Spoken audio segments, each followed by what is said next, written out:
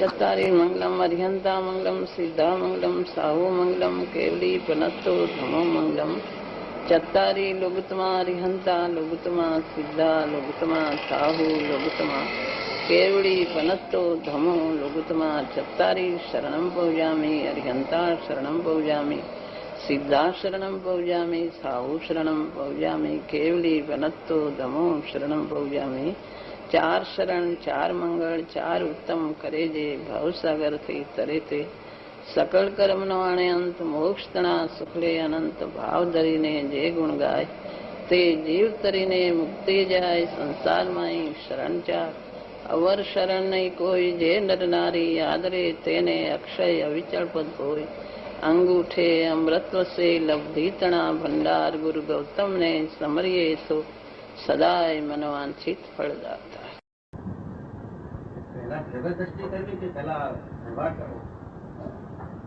દ્રવ્ય દ્રષ્ટિ મુખ્ય યથાર્થ દ્રવ્ય દ્રષ્ટિ હોય ત્યાં યથાર્થ વ્યવહાર આવી જાય છે. પેલા વ્યવહાર તો અનાદિનો છે. દ્રવ્ય દ્રષ્ટિની સાથે વ્યવહાર સાથે રહેલો છે. દ્રવ્ય દ્રષ્ટિ યથાર્થ કોને કહેવાય કે એની સાથે વ્યવહાર હોય છે. જો બધું છૂટી જાય તો દ્રષ્ટિ જ સમ્યક નથી. સમ્યક દ્રષ્ટિ હોય યથાર્થ દ્રષ્ટિ હોય એની સાથે યથાર્થ જ્ઞાન હોય અને યથાર્થ સ્વરૂપ રમણતા હોય છે. એવી નિશ્ચય વ્યવહારની સંધિ છે. દ્રષ્ટિ જ્ઞાયક ઉપર ગઈ એટલે કઈ મુક્તિ પૂર્ણ મુક્તિ એટલે પૂર્ણ વેદન થઈ જતું નથી. હજી અધુરાશ છે ત્યાં સુધી પુરુષાર્થ છે. મોક્ષની દશામાં એને નક્કી કરે કે હું સ્વભાવે નિર્મળ છું, પણ એનું ભેદ જ્ઞાનનો પ્રયાસ કરે કે હું જુદો છું. આ બધી એકત્વ બુદ્ધિથી તૂટવાનો પ્રયત્ન કરે. પ્રયત્ન અને દ્રષ્ટિ ને એ બધું સાથે રહે છે. એની ભાવનામાં પણ એમ હોવું જોઈએ.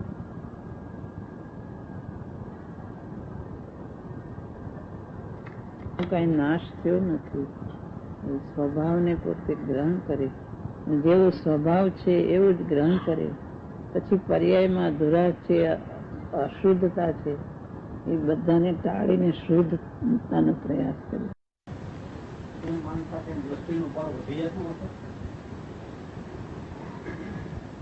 પર્યાય છે જ ને એમ કરવાથી કઈ દ્રષ્ટિનું બળ વધી જાય છે એવું નથી.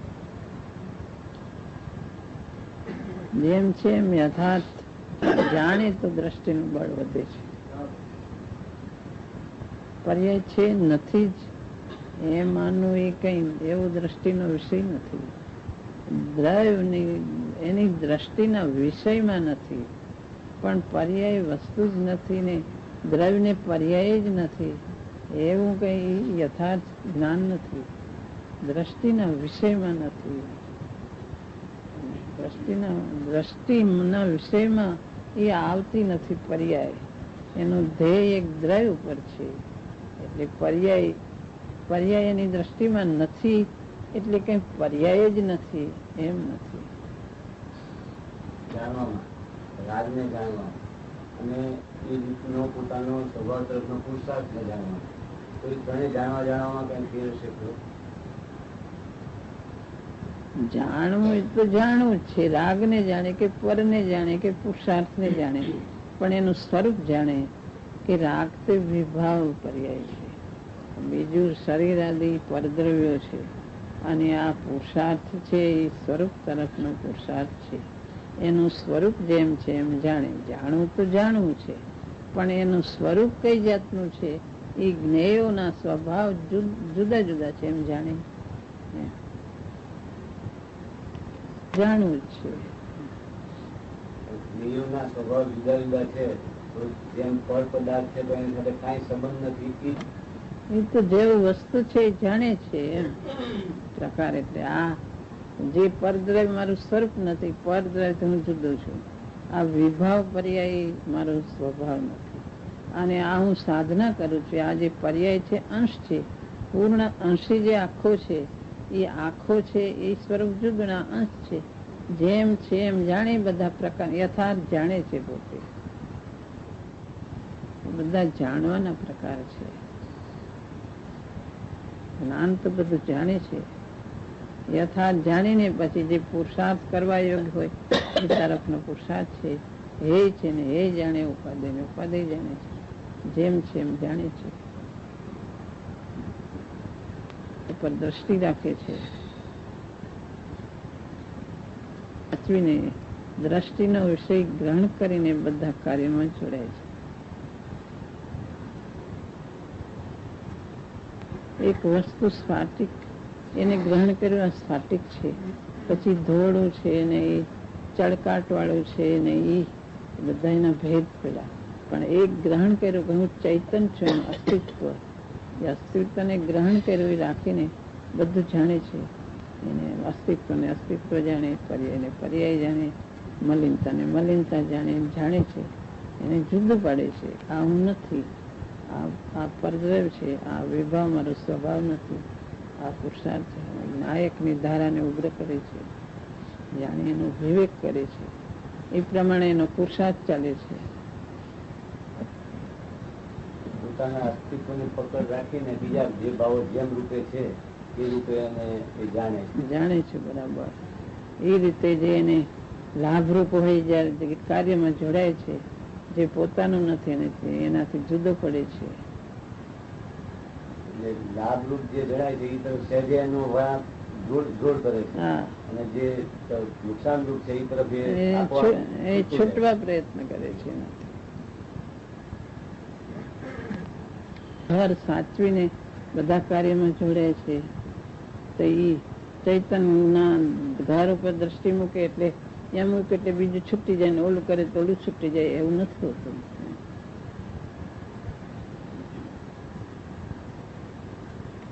શું પડે છે એનાથી પુરુષાર્થ કરીને નિર્મળ પોતાની નિર્મળતાનું નિવેદન છે, મલિનતાનું મલિનતા રૂપે છે. આપ કહો છો કે સુલભ છે, અમને તો પહેલા જેવું કોઈ દુર્લભ દેખાતું જ નથી. અંતરમાં જ કરવાનું છે, પણ એ અઘરું થઈ પડ્યું છે. પોતે નાયકને ઓળખે તો સહેલું છે. નાયકને જુદો જાણ, શરીરથી જુદો, વિભાવથી પોતાનો સ્વભાવ જુદો, બધું જુદું છે. સહેલું જ છે, પણ કરે તો ન કરે તો દુર્લભ છે. એમને અનંતકાળ આનંદકાળથી પ્રાપ્ત નથી થયું, માટે દુર્લભ છે. પણ કરે તો સહેલું છે. વર્ષો વીતી ગયા નહીં તો આગળ વધવાનું છે. આટલા વર્ષો વીતી ગયા, હવે શું આવ્યું તો એ કહેવાનું છે. બાકી એમાં કઈ ઓલું નથી. આ કઈ લૌકિક વાત નથી, આ તો આત્માની વાત છે. પ્રતિજ્ઞા લીધી તો સારી વાત છે, પણ મારી તબિયત આવી અને એનો લાભ મેળા અને એના પ્રતિજ્ઞાના સત્સંગ એ કઈ આત્માના હેતુ લાભકારી, એ કઈ એમ જે જિજ્ઞાસુ હોય એને કઈ નિષ્ફળ થોડી જવાનું છે, પડવાનું નીકળે. પોતાના આત્માના હેતુ એ પ્રતિજ્ઞા બારમાં લો શુભાવમાં એટલું જે હેતુ નાખવાનું શું થાય. પુરુષાર્થ થાય તો કરે તો સારી વાત છે. નહીતર સંસ્કાર જેટલા ઊંડા પડે એ લાભ નું કારણ થઈ શકે તો કરવું, નહીતર શ્રદ્ધા તો જરૂર કરજે. એમ શાસ્ત્રમાં આવે કરીશ. બની શકે તો ધ્યાન પ્રતિક્રમણ કરજે, ના બની શકે તો કર્તવ્ય તો શ્રદ્ધા જ કર્તવ્ય. શ્રદ્ધામાં ફેરફાર કે શ્રદ્ધા જ કર્તવ્ય તો આગળ જવાશે. શ્રદ્ધાનો બળ બરાબર રાખે. નાયકના માર્ગ સિવાય બીજો કોઈ માર્ગ નથી. બહારનો કોઈ ક્રિયાકાંડનો કોઈ માર્ગ નથી. આ તો અંતરનો માર્ગ. નાયકની શ્રદ્ધા કરવી, વેદનાન કરવું, દ્રવ્ય ઉપર દ્રષ્ટિ કરવી, શરીરથી આત્મા જુદો, વિકલ્પથી પોતાનો સ્વભાવ જુદો, બધાથી જુદો. નાયકને તારવી લેવો એ જ એક માર્ગ છે, બીજો કોઈ માર્ગ નથી. સર્વસ્વ બધા વિભાગથી જુદે પોતે વિભાવ પોતાનો સ્વભાવ જ નથી. એનું ભેદના નિરંતર ધારા એ બધું કરવા જેવું છે. એની શ્રદ્ધા બરાબર કરજે, કરી શકે, બની શકે તો ધ્યાનમાં એક નાયકની પરિણતિ કરજે, ન બની શકે તો શ્રદ્ધા કરજે. દેવગુરુએ જે બતાવ્યું, દેવગુરુની શ્રદ્ધા ને આત્માની શ્રદ્ધા જે બતાવ્યું એ કરવાની છે. દેવગુરુનું સાનિધ્ય એ મહાભાગની વાત છે. એની મહિમા કરવી, બાકી નાયકની મહિમા કરવી. નાયક મહિમાવંત છે એ ઓળખતા જઈએ. એના ઊંડા સંસ્કાર નાખીએ તો બની શકે તો પરિણતિ પ્રગટ થાય તો સારી વાત છે. નહીં તો શ્રદ્ધા કર્તવ્ય છે.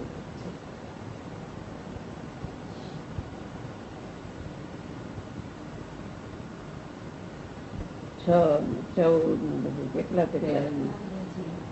થોકે બધા ગુરુદેવ આત્માનું કલ્યાણ કરવા માટે બધા તૈયાર થઈ ગયા. ગુરુદેવના સાનિધ્યમાં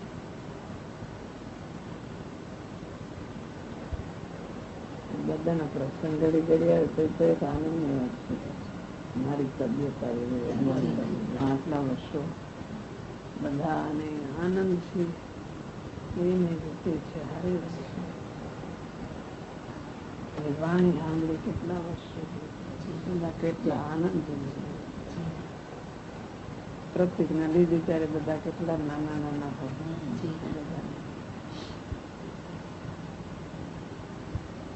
આ ભાવમાં તૈયારી કરી લેવી. બધી હોશિયાર થાય તો કરવો, બધી તૈયારી કરી લેવી.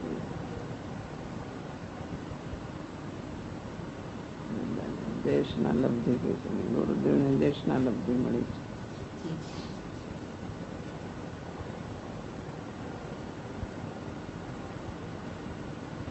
એકદમ ઊંડા બીજડા એવા નાખ્યા હોય કે તરત ફાલી જાય એવી જાતના ઊંડા સંસ્કાર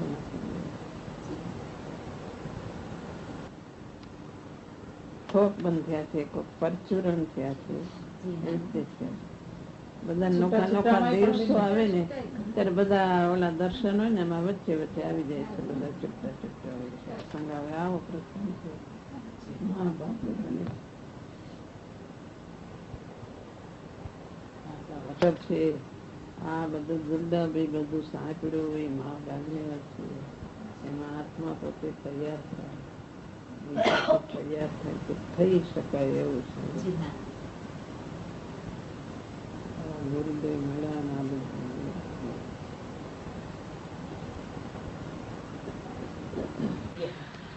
આત્મા જુદો, આત્માનો સ્વભાવ જુદો. બધું અંદર વિકલ્પ આવે એનાથી પોતાનો સ્વભાવ જુદો, બધું જુદું છે. દેવગુરુની શાસ્ત્રની મહિમા, અંતર આત્માની મહિમા, નાયકનું ધ્યાન રાખવું એ બધું કરવાનું છે. ઘણું સાંભળ્યું છે એ અંદર અટેન્ડ કરવાનું છે.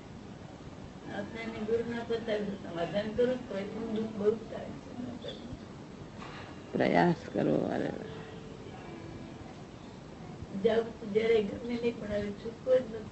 શરીર કામ ન કરે બસ શું થાય?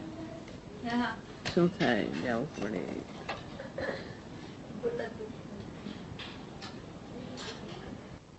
નાયક કેમ ઓળખાય એને માટે કરે. જીવનમાં એ જ કરવા જેવું. ગુરુદેવ માર્ગ બતાવ્યો એ જ કરવાનો છે. જૈન ધર્મ રહસ્ય કોઈને જાણવું હોય તો એમાં આવી જાય. અધ્યાત્મ નું રહસ્ય.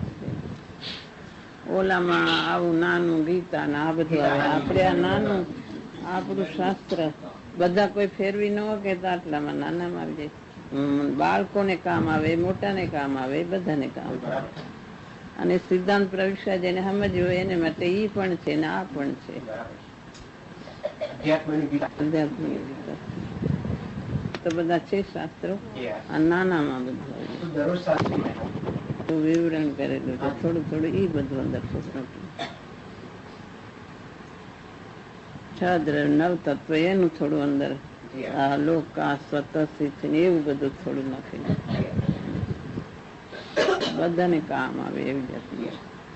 સિદ્ધાંત પ્રવેશ કે આમાં ટૂંકું કહું સમજે ને પછી કે હવે શું કરવું, હવે શું બધું મોઢે. પછી આ એક વાંચવા જેવું અને મોઢે કરવા જેવું બધી રીતે એવું છે.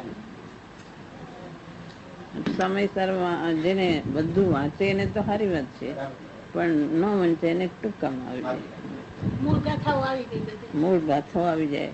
પછી પ્રવચન સારમાં દ્રવ્ય ગુણ પર્યાય આવી જાય, એમાં 6 દ્રવ્ય ને એ બધું 50 નિયમ સારમાં બધું પારિણામિક ભાવનું બધું એમ બધું ટૂંકામાં આવી જાય.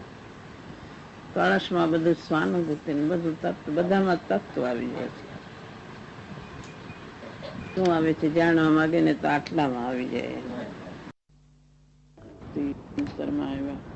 જે ગુણ જેને પ્રગટ થયા, મુક્તિનો માર્ગ જેને પ્રગટ થયો, અંતરમાં જેને દર્શન જ્ઞાન ચારિત્ર પ્રગટ થયા, એવા ગુરુની ભક્તિ શિષ્યોને આવ્યા વગર રહેતી જ નથી.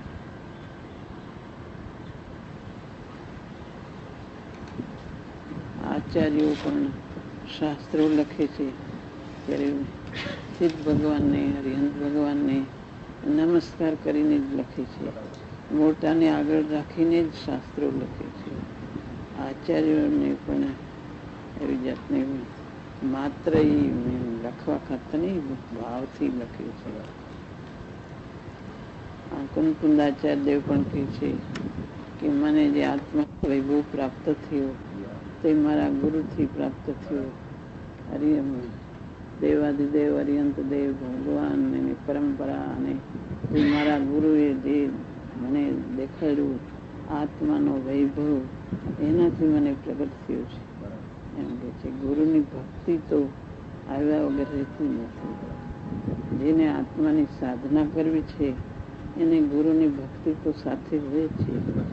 ધ્યેય ગુરુએ જે બતાવ્યું કે તું નાયકને ગ્રહણ કરે, એ નાયકમાં, એ શુદ્ધાત્મામાં કોઈ વિકલ્પ નથી. શુદ્ધાત્મા બધા વિકલ્પથી જુદો છે, શુભાશુભ ભાવોથી એનો જુદો સ્વભાવ છે. એમ ગુરુ બતાવી રહ્યા છે. એ ગ્રહણ એને કરવાનું, જે ગુરુએ સ્વભાવ બતાવ્યો એ સ્વભાવ પોતે ઓળખીને અંતરમાં ગ્રહણ કરવાનું. પણ વચ્ચે ગુરુની ભક્તિ આવ્યા વગર રહેતી નથી. પંચ પરમેશ્વરીની ભક્તિ, ગુરુની ભક્તિ, જેને માર્ગ બતાવ્યો એની ભક્તિ એને સાથે હોય જ છે. જે આત્માની સાધના કરી રહ્યા એને પણ ગુરુની ભક્તિ હોય છે, તો જિજ્ઞાસુઓને તો હોય જ સાથે.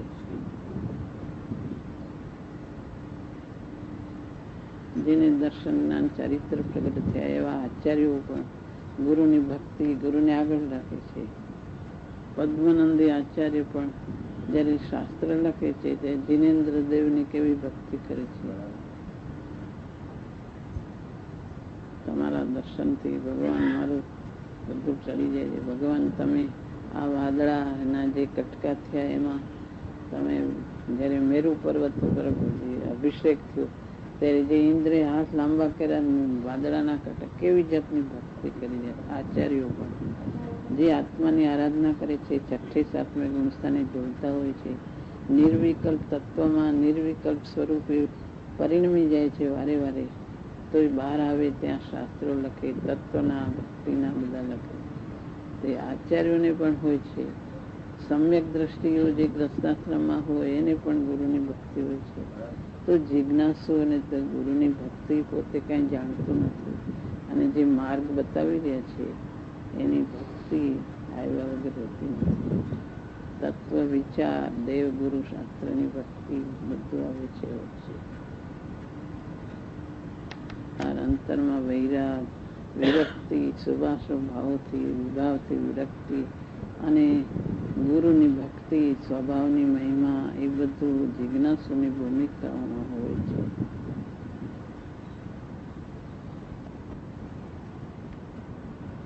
બીજાને કરી શકતું નથી એમ આવે અને એમ ગુરુ કે એટલે કરી શકતું નથી, વસ્તુ સ્વભાવે.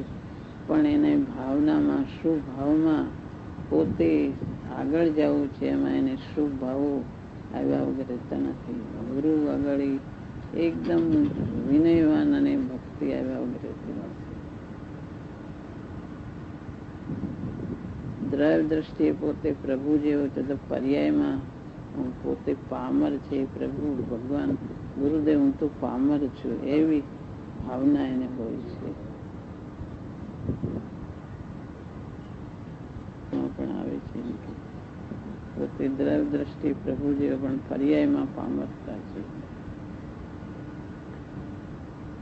મને બધું મારામાં છે એવી દ્રષ્ટિ હોય ત્યાં સુધી આગળ વધી શકતું નથી. ગુરુએ જ બધું સમજાવ્યું છે અને ગુરુ જ સર્વસ્વ છે એવું એના હૃદયમાં હોય તોય આગળ વધી શકે છે. આગળ જવાનું છે, દ્રવ્ય ઉપર દ્રષ્ટિ કરવાની, ભેદ જ્ઞાન કરવાનું, દર્શન જ્ઞાન, ચારિત્ર પ્રગટ કરવાનું, ઘણું કરવાનું બાકી છે. એ સ્વભાવમાં બધું છે પણ સાધનામાં બધું પ્રગટ કરવું છે. એટલે શુભ ભાવમાં દેવ ગુરુ શાસ્ત્રની ભક્તિ આવ્યા વગર હતી.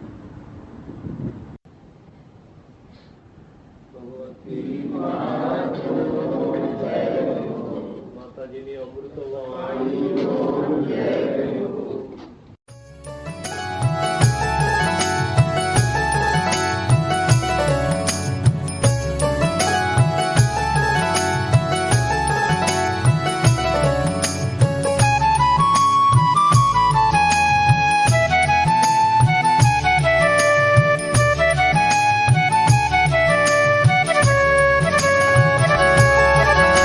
स्वर्णपुरी अति पावन है।